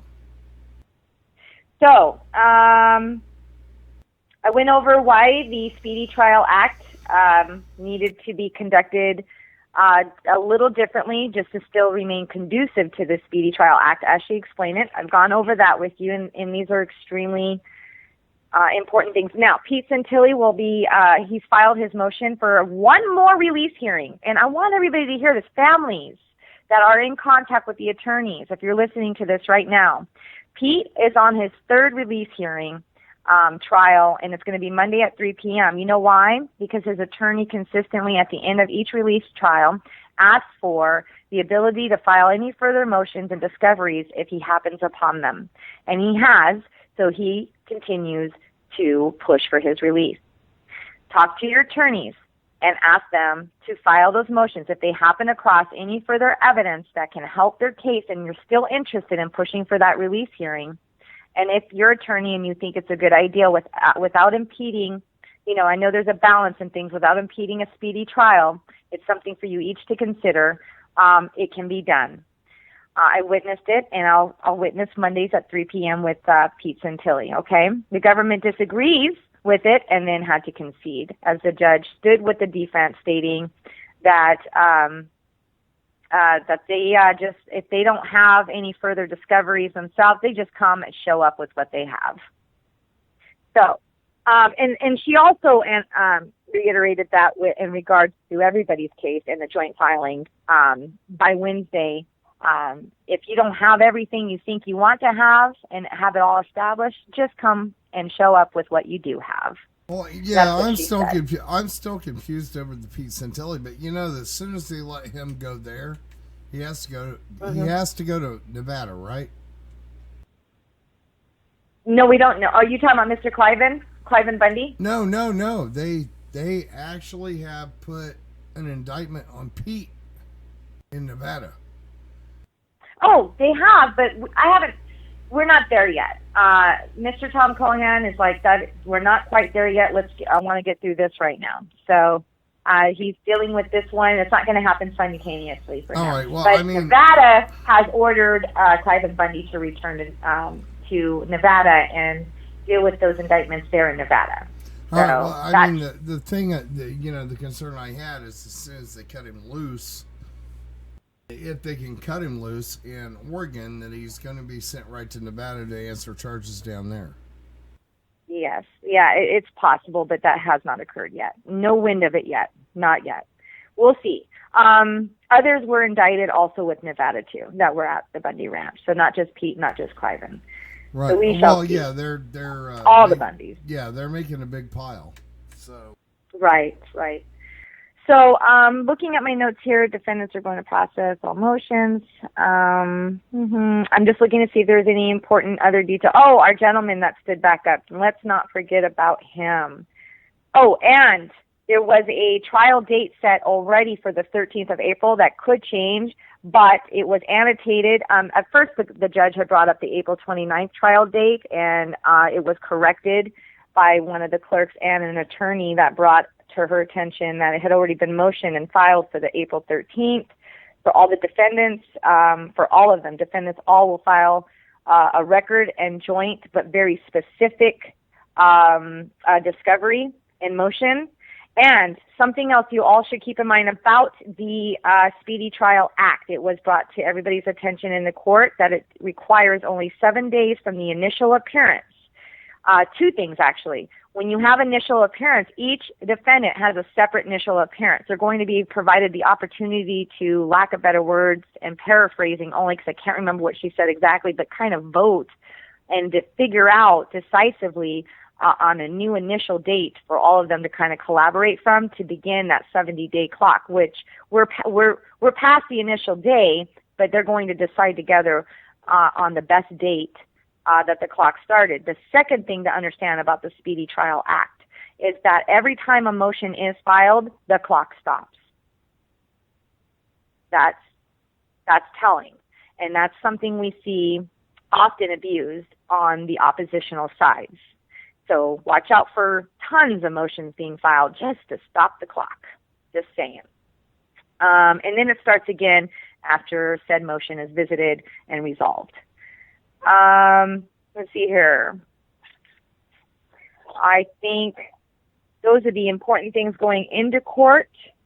And then at the end, remember our gentleman, what did I call him again? I keep forgetting his name by myself. I'm terrible about that. Ronald Bruman, the man that stood up next to me in court, he raised his hands many, many times. And finally the judge said, okay, sir, you've been raising your hand a lot. Please stand up and tell me what it is you have here for me. Now, at this point, the judge had already, and I forgot to cover that, but it was real quick, the judge had let all defense attorneys know that there will be an ex parte meeting or ex parte hearing immediately following that hearing. So only for defense attorneys and the judge. All defendants, all observers, including prosecution, were to clear the courtroom. So after she made that announcement, then she allowed this man to speak, and he said, I would like to observe these proceedings to include the ex parte.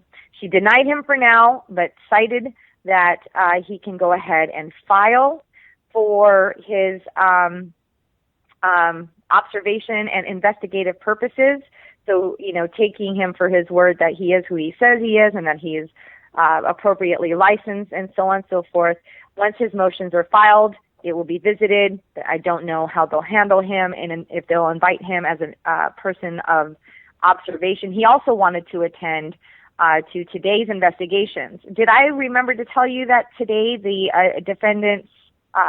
the defense attorneys are at the refuge right now, or were today at noon to 2 o'clock, and then they're going to be back there again tomorrow for a large portion of the day to continue their own investigations, taking photos and video of the refuge itself. Did I remember to tell you that in the beginning, by the way? I'm not sure I did. Hawk will be back momentarily. I wasn't in here for the whole conversation, so I don't know if you told him that or not. Okay, and that's what's happening today. The defense attorneys are down at the refuge, I'm sure they're gone now, from noon to 2 p.m., and they were provided the opportunity to take photographs and video. They can't remove anything. Now, the defense attorneys did ask yesterday at the hearing, specifically Michael Arnold requested that the U.S. Marshals can escort their defendant, Ammon Bundy, to the refuge so that he can assist them with real-time information and relay to them, how certain items that are noticed, or if something's been moved or not, and how that relates or pertains to him as a defendant. And that was declined.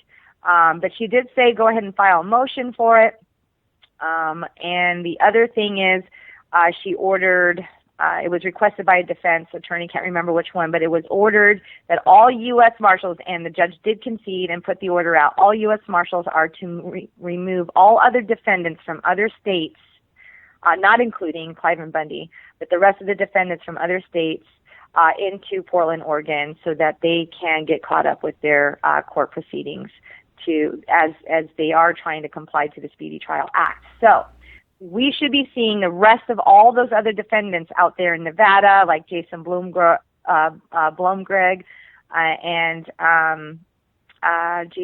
Lee, the two up in Washington State right now, Lee, and there's a Wesley Kajar.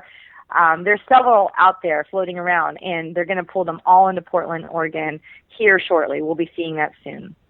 Oh, and the government also complained that they had 300 to 500 reports from FBI to produce, and, you know, they said it would take at least 14 days to do that. The judge said, you will produce them still by next week.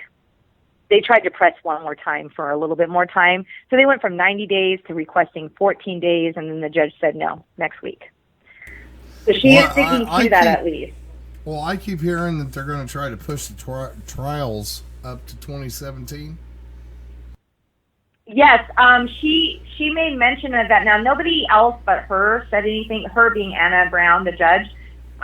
She said, I will not have this trial last all the way out to 2017. I would like to see this trial done this year in a timely and efficient manner. Right. She did state that.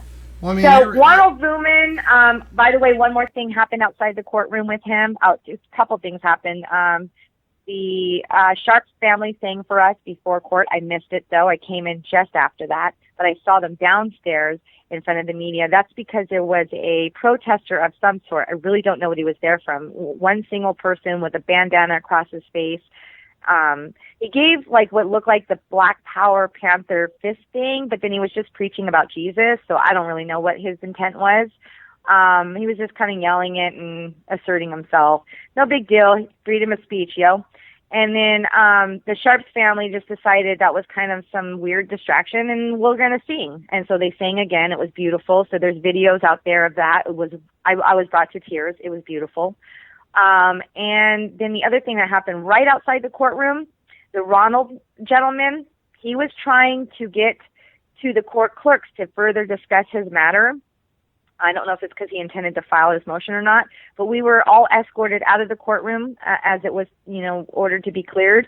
And he then continued but he was softly speaking, not yelling, not being aggressive, to the doorman or U.S. Marshal that stands by the door, and say, I really need to be in there. Can you please at least get me to the clerk? Those kinds of things. He was pressing the matter. And then another U.S. Marshal actually was very angry with him and telling him, you're harassing and intimidating my guard, blah, blah, blah. And he said, what? And then Ronald began to raise his voice a little bit, not a lot, but he's saying, no, this is my right. I have a right to file that motion. I have a right to be there and observe this. We need to investigate this. And I need to be in there. I am not harassing. You're intimidating me. Well, the stand I was watching, the U.S. Marshal had cut me off because I finally caught on something was wrong behind me. And I said, let's not do this. And as soon as I said, let's not do that, the U.S. Marshal just stepped in front of me and then had him, the very old gentleman, Ronald Ruman, kind of against the wall, very close to him, and Ruman was against the wall. And I felt very uncomfortable that I was about to witness, I don't know. I don't know what I thought I was going to witness, but I thought they were going to grab him and remove him forcefully. I don't know, to escort him or arrest him, but it wasn't going well. So as the U.S. Marshal was standing there, I then whispered to him and I said, please do not do this. And he turned right around to me. And he was very angry still. You could tell the same demeanor he had with the older gentleman, Ronald, was just still kind of stuck with him. And he said, what is it exactly you think I'm doing, ma'am? And I said, I think that he's not doing anything really wrong. He is just, he has his rights. He's very passionate. He's not disturbing anybody.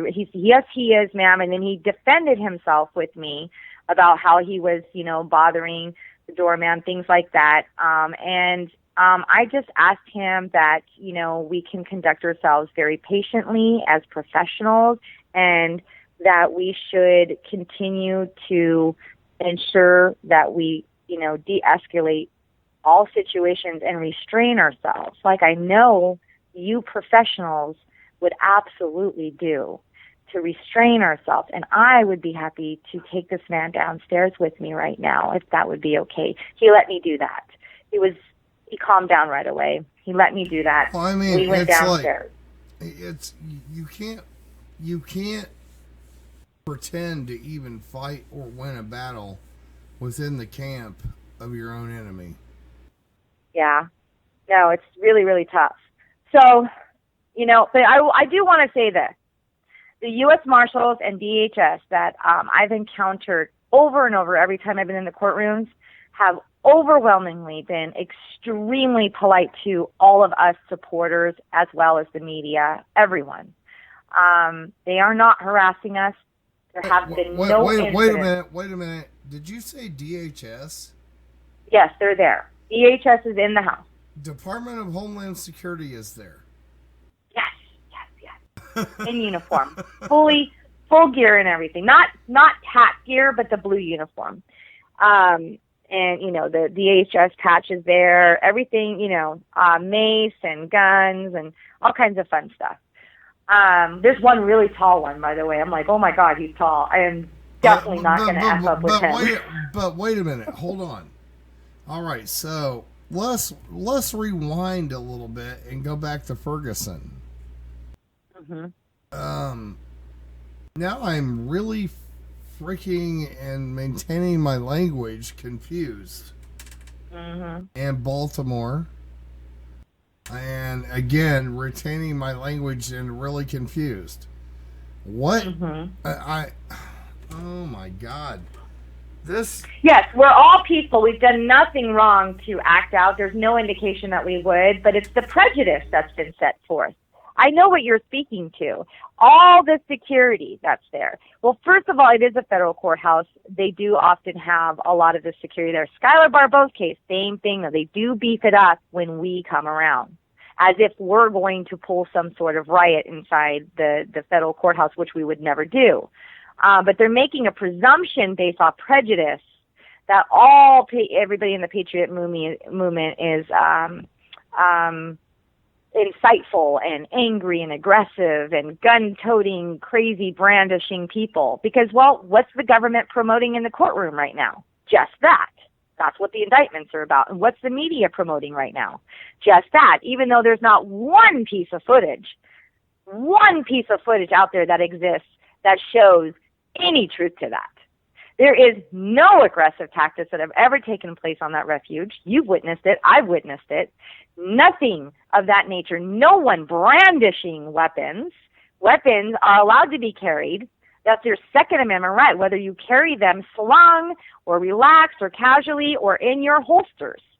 As long as you don't lift that weapon and point it at somebody with intent, you are not brandishing. The criteria for brandishing was not met, and you and I both know that. There is no video footage that shows any such aggression, which, when you refer to Ferguson, is exactly what you saw in the people, whether they had justified reasons because they're being oppressed by officers in their area or not. You saw still criminal behavior, threatening behavior, defensive posture that was threatening. Now, there's a defensive posture you can take that's still peaceful. And that is what the men at the refuge took, a very peaceful defensive posture, and often not even defensive at all. Often they put their weapons down when they went out and about. So, that's all going to come out in court, though. And that's the media's fault.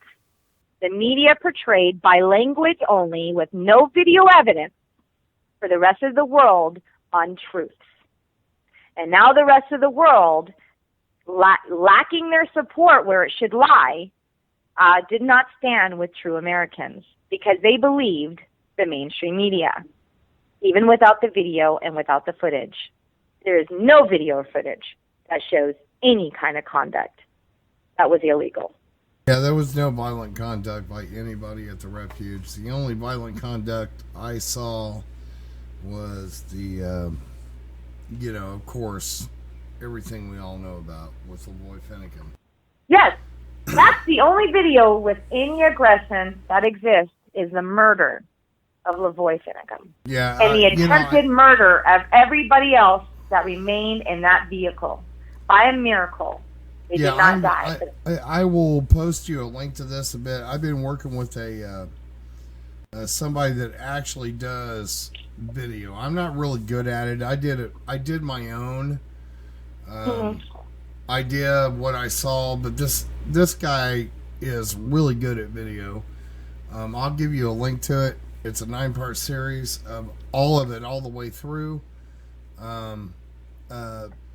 Dude I've been working with, and he did an amazing job and created GIFs showing that, and he cleaned up the video so well. It was so obvious that somebody pulled, one of those guys took a shotgun, took out the mirror, and then leaned down and recocked his gun and took another shot. So, and we're going to see all that. But anyway, we're a little bit over, but I mean, you are. Well, I hope I satisfied everybody's curiosity. I apologize for my long-windedness. That was job. You're doing an amazing job, and I'm willing just to stay on the hell as long as you want to talk, because you're doing such an amazing job, because you're giving us the information that we have not been able to get. Giving you. Yeah, that's my job. And something in my heart just told me one day that that's what I needed to. Well, in this case, I was at the gate. I was a little bit before the gate, where I knew that I didn't like that they took over the refuge. I didn't agree with that tactic. I personally would not choose to do that. I mean, I have been serving my country as a soldier for a while. There's some do's and don'ts and lines that I personally would not want to cross. Now, I'm not saying that if you go look at the Constitution and see where there's revolutionary acts that can be justified, and if you go look up revolutionary acts, you'll see the history of that, and you'll see where that's justified. I'm not saying there aren't people that shouldn't consider things of that nature when it's justified, but you better have the evidence. You better have the evidence as justified, and I believe that these men do, and that's what we're going to see come out in court too. So taking it a step further, though, beyond where we either agree or disagree with that, I agree with the message, and it's so valuable, and it's so educational, and I also agree with one other thing. Those are good men in there, and I know them not to be dangerous. It's something I already knew, and I knew immediately in my heart that no one else will tell the truth except for a few of us. A few of us like Pete Santilli, myself, Michael Emery. Who else was there? Lee Rice has also been telling the truth the best he can, going from an actor. By the way, he used to be an actor. Fabulous gentleman, by the way. And no, he is not a crisis actor just because he used to be an actor. He loves his country, and he stepped into a role he never thought he would step into. That's all that is. I just want to clarify that now. Well, these are awesome people. Actually, me and you had words months ago about this. Because I kind of fell in with, all of the Benny Eastwood and you didn't. Yeah, that other woman. I fell in with all that there for a minute. Oh, well, you're out of it now. I take it. I mean, very obviously, I'm out of it now, or none of us would be on the air right now. Good. So then, here's the thing. I also see our own internal injustices against one another, and then I talk about those candidly and honestly. And I don't do it to insult another person. I do it for them to think twice and review the facts as I know it and I've seen it. And if you trust me, you trust me. If you don't, you don't. But I'm there, and I'm doing everything I can with good intent, a good heart. That's all I can tell you. I can't prove to you my heart and who I really am and what, I can only tell you, look it up, do your best, do your Google forensic science research, and you know what? You either know I'm real or not. You either feel it or you don't. Right. And you can't convince everybody. But I'm glad I know that I'm changing some minds out there, and so are some other voices that also have spoken on those matters. I'm very glad that people are seeing our truth. Yeah, exactly. I'm a little worried now because they're going back and busting people over Bundy Ranch, and I sent a lot of money and a wind generator and some diesel generators and some gas generators and some grid tie, all this stuff out there. Are they going to come arrest me now? Because I put this station hardcore behind that, and I think we sent something in the range of, I don't know, at least 10K worth of stuff plus that 2 kilowatt wind generator that we sent out there. I'm still not sure it ever arrived, or that the person I sent it to got it to the refuge, but still, or to the, that's another story. But anyway, so are they going to come get me next? And here's my advice, and I'll have to get going myself because I got to do a conference with my new team I just built, by the way. I want to promote that. My new team I just built, awesome people. We're unorganized right now. I just put them together, and they need my guidance still, and I've given them very little time. But I am going to start that tonight by doing a conference. And before we hang up, I have to say I love you, my son, Michael Aspen. I love you. If you're still listening, I love you, baby. You're an awesome American yourself, and you're gonna change things one day. God has His hand on you, son. And you're going to be powerful in your own right. You have a beautiful way of speaking yourself, and I can't wait for you to step up to the plate one day and share with the world all the things you told me and what comes from your heart. So one day, watch out for that. A Michael Aspen might come sweep the world. And I tell you, the things going on in that child's head, he's not a child, he's an adult, but he's my baby. One day when he wants to open his voice and elevate his voice, I would watch out if I were everybody, because he's a voice to be reckoned with. He can articulate himself very well. Well, quite awesome. All right, so I guess we're going to wind this down. You guys, some closing thoughts, and we'll get out of here. And if you could, I'd like to set up a rotating, like every 3 day or something. Let's try. I can't make promises yet until things settle down, but we can try. We can certainly try. Just hit me up like you do, and if it's a moment, let's do it. All right, that's cool. No problem. Okay. I got to plan that gala. So another thing, I want to come onto your show too and say, hey, everybody, this is the new update on the gala. This is where we're going and the status. It's going to be in May, by the way. I don't know who the host is, so when I know the host, we're going to get a date for you guys, and we're going to have what you call the P3 Gala event, and the P3 stands for Political Patriot Prisoner. So watch my page for it and watch your show for it. Anytime you have me to do an update, I will love to share that with your audience. I don't know what I'm going to sell the tickets for, but the tickets will help with the fundraising for all the defense funds, so will the silent auction, and whatever other gala-type gigs I can come up with to open your wallets and bring forth true, really good hard cash and hard-earned cash to help those defendants with an even playing field, to spend the money to fight back the wrongdoings and lies and deceit coming from the prosecution. Help them out. Or, in my opinion, spend your time and your blood and your soul to get out there and do stuff. We have this huge. Yes, more than one way to skin a cat. You are correct. Huge. March 5th, and most of the state capitals out west. I don't know what's going on my side of the Mississippi, but most of the state capitals out west are going to be having and putting together. I know one's going on in Phoenix, one's going on in Portland. I don't know where the rest of them are getting ready to happen because I can't get. But anyway, we need to get live streamers out there to record this and talk to people. So contact me, please. My email address is always at the top of our live stream.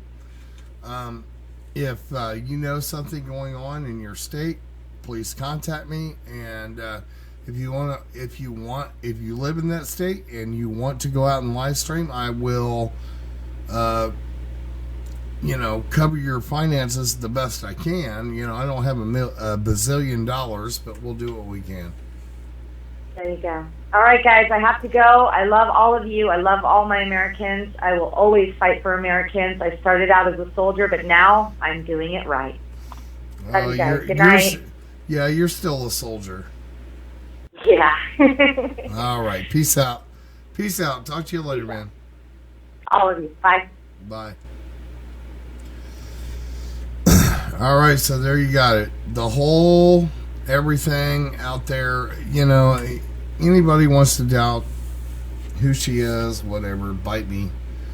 I know for a fact she has been in the courtroom when all this stuff has gone down. So, she's just kind of giving her, her rendition of what is going down, and I think it is pretty accurate.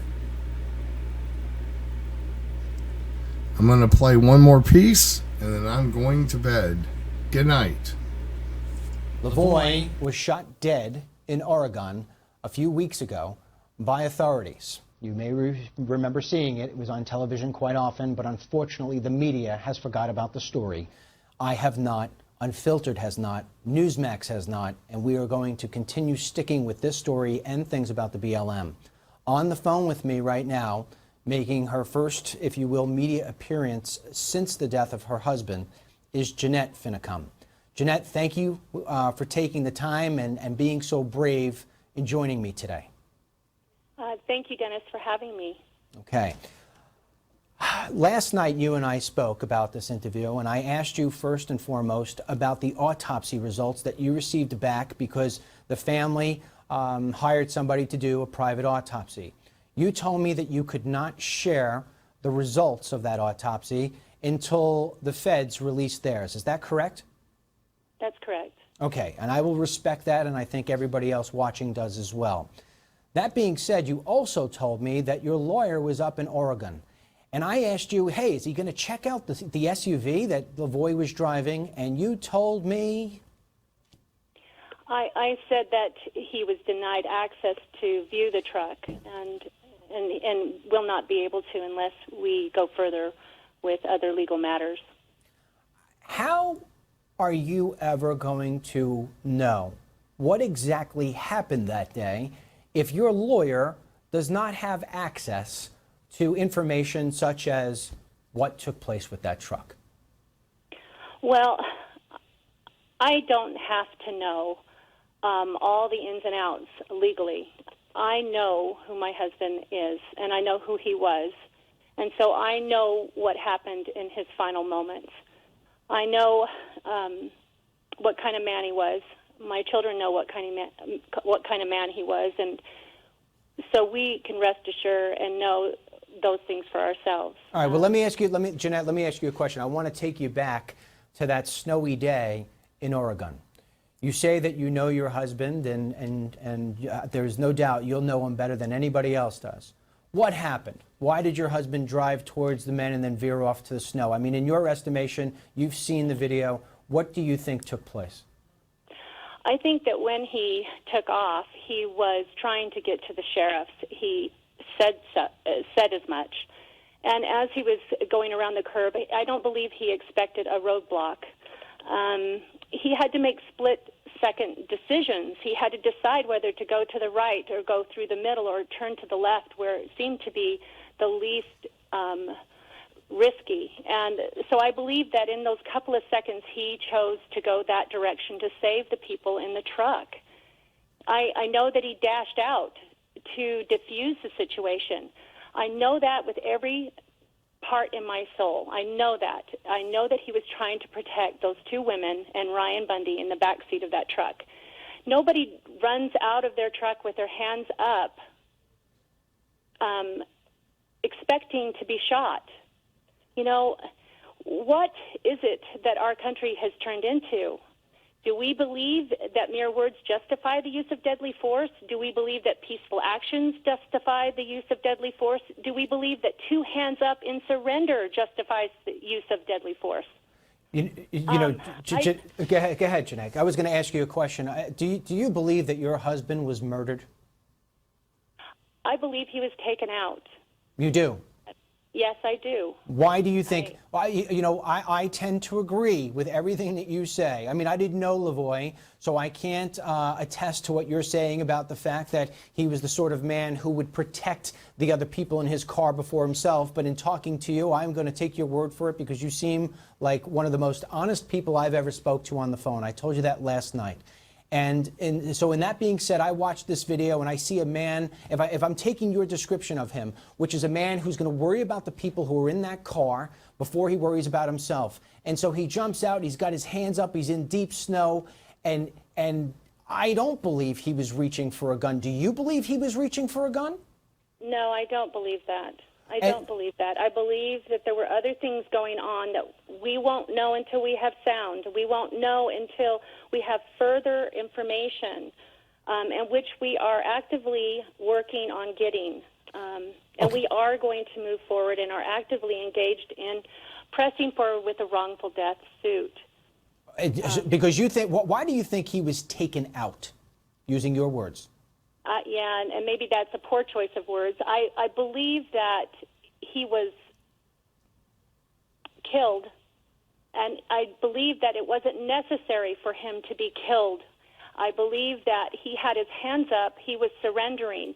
I've heard from so many different people that the hard stop that was there, the kill stop they call it, wasn't necessary. These people weren't doing anything illegal, maybe a misdemeanor and fleeing from the first stop, but they had an ambush blockade style stop, and here they are saying that they were stopped just because they had a traffic stop. You don't have a traffic stop and go around the corner and have that hard stop, kill stop that they call it, blockade.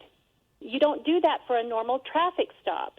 So I believe that they were out there, they were prepared, they had thought this through, they had trimmed tree lines, they had done all of these things to make sure that whoever came through there did not make it through. And by the grace of God, those 3 people that were in the back of that truck were saved. They were saved. And I believe my husband had a great deal to do with that.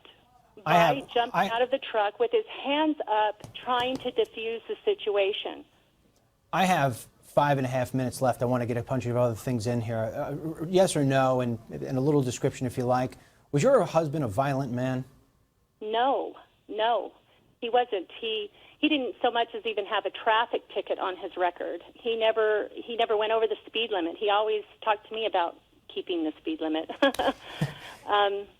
He was a kind, loving, gentle man. He was giving of his time to our family and to others, and whoever needed him, he was always there. Let me change direction for 1 second. I want to talk about the impact this has all had on you. You have a ranch in Arizona, am I correct? Yes. Are you now, are you alone there? I am with my youngest daughter, who's still in high school. She's a senior this year. So it's just you and your daughter? Yes. How are you going to take care of the ranch without Lavoie? That's a difficult one. That's something we're still trying to put together and trying to put a plan together and trying to figure out how to manage that. Is your world, I mean, you sound very strong on the phone, which, amazing. Is your world, is your world shattered? Our world is completely different. Our world, there's so much of us that left that way with him, and there's so much that he did and took. There's so much of him that is missing in all of us now, and so much that we will not have the opportunity to have with him. Our grandchildren will not know him, and it's been an overwhelming sorrow. But I have the gift that God has given me the surety of knowing that I will be with him again someday. And I'm grateful for my belief in God and in the plan of happiness, and that we will have eternity together. But, you know, being here on earth by yourself is a very difficult thing to do. We only have 3 minutes left, so I want to try to get in as much as we possibly can. When you're alone at night and you're thinking about his absence, do you wish that he didn't go to Oregon, or are you still do you still stand behind what he did? I stand behind my husband 100%. I asked you last night about the BLM and fines that you owe them, and they are going to come after those fines eventually. You know it, I know it. And I asked you if it means to have to save your ranch and to be able to pay your bills, will you pay those fines to the BLM? I haven't made that decision yet. But I can't, in all good conscience, see myself doing something different than he did. But I have not made a final decision about what I'm going to do. What do the American people, what do they not know about the Bureau of Land Management? Well, I think they're learning a lot right now, where they are an overreaching, unconstitutional organization. They have no authority, yet they have been given the authority to go in and police us out there on the range. And I think that we, as the American people, need to stand up and put our government back in check within the confines of the Constitution. We have 1 minute left. I mean, yesterday all over the internet there were stories about the FBI was closing in on you and they were going to take your cattle and they were going to shut you down. Was that just rumor, or is there really activity going on? And by the way, we have less than a minute. That was a rumor.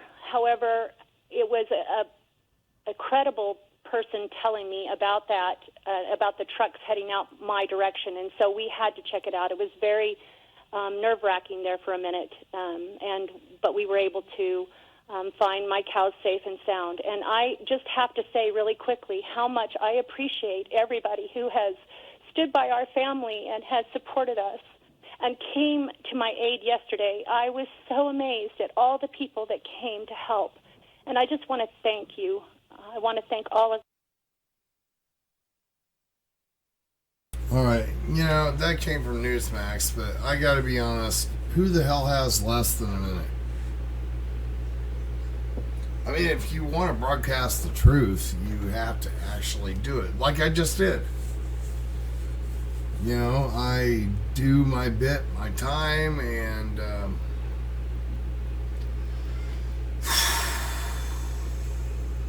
kind of ridiculous.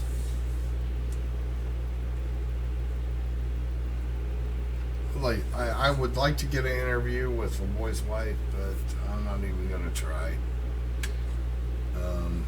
But somebody else out there wants to help me do that, well, that's fine. I'm not going to try.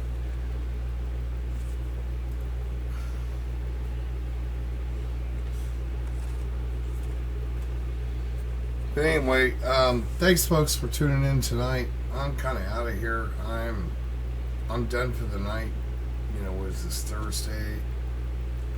My brain is folding in upon itself. So I'll talk to you later.